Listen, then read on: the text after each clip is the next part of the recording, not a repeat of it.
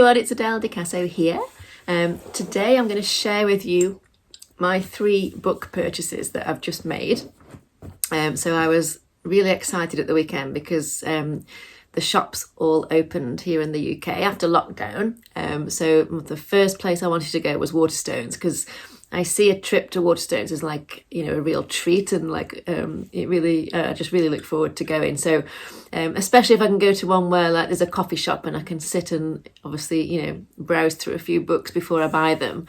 Unfortunately, coffee shops aren't open yet, so it didn't really matter that the one particular one I went to didn't have a coffee shop, but it was still a nice experience. I did have, you know, probably about an hour in there just wandering around and, you know, picking up all different books and having a good look through.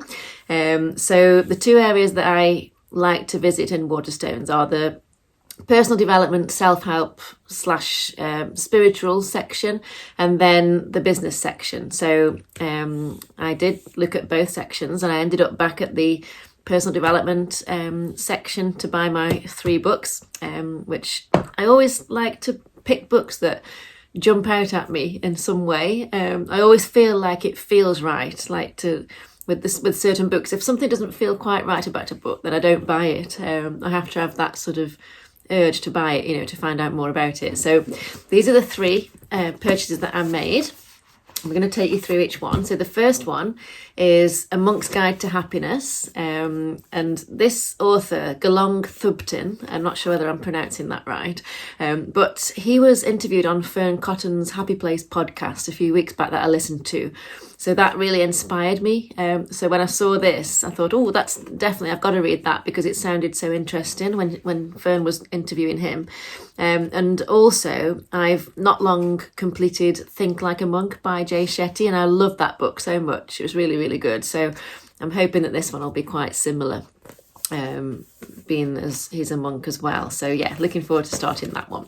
The next one is a book that I had years and years and years ago called Feel the Fear and Do It Anyway by Susan Jeffers.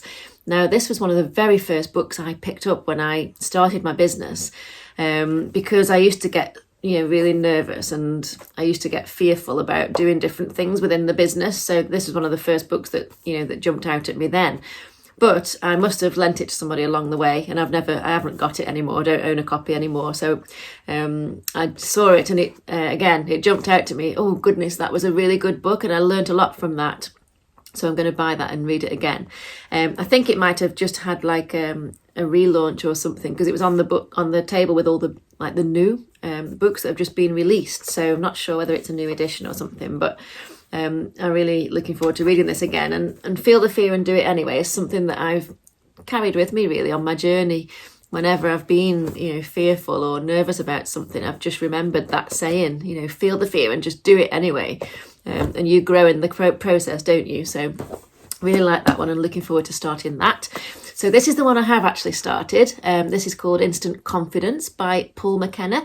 Now, if you don't know Paul McKenna, he's a hypnotist. He's famous. He's been famous for years for being a hypnotist. He's been on the television, hypnotising people, putting people into trances for all different reasons. You know, he cures a lot of people's problems and challenges with his hypnosis. And he's written lots of different books on different subjects, success, confidence, you know, slimming even. I think he's done one on, and he also teaches people how to stop smoking and things like that. So he's really, really effective in what he does.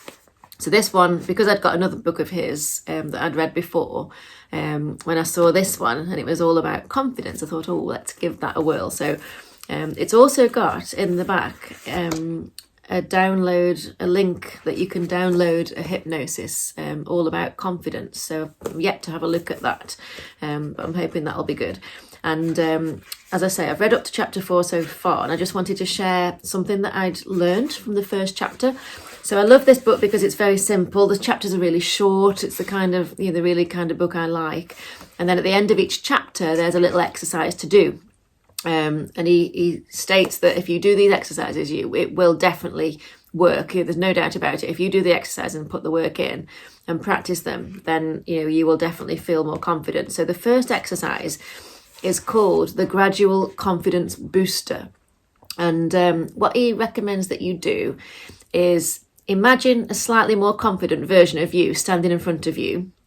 and then step into that more confident you. So just see yourself stepping into that person, the more confident version of yourself, and then pretending that you're more confident, and seeing through their eyes, hearing through their ears, and feel the feelings of your more confident self. Then when you've done that, you take it a step further and you imagine an even more confident you sitting in front of you, and then you step into that version of you. And you just keep doing this until, you're stepping into the most confident version of yourself that you could ever be. And just keep repeating this, this step over and over and over again.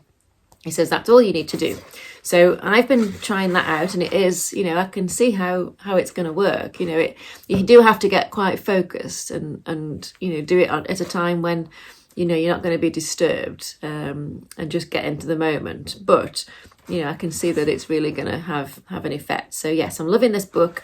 I've read up to chapter 4, like I say. It talks about a lot about the subconscious mind and the conscious mind, which I love. That chapter's called Your Amazing Mind.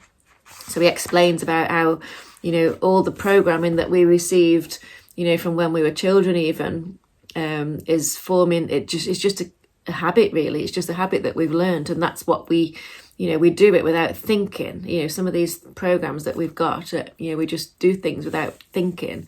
And that's all, a belief is. And it's all about just changing those beliefs, and then, in time, changing those habits to form more successful habits that will create, what it is that you want to create in your life. So yes, enjoying that. I'll keep you posted with what else I learned from that. And that's it for this week. I just wanted to share those with you. Hope you've had a good week yourself. And if you have any questions or anything that you want me to cover on future videos, please let me know. Please subscribe to the channel, and I'll see you all next week. Bye for now.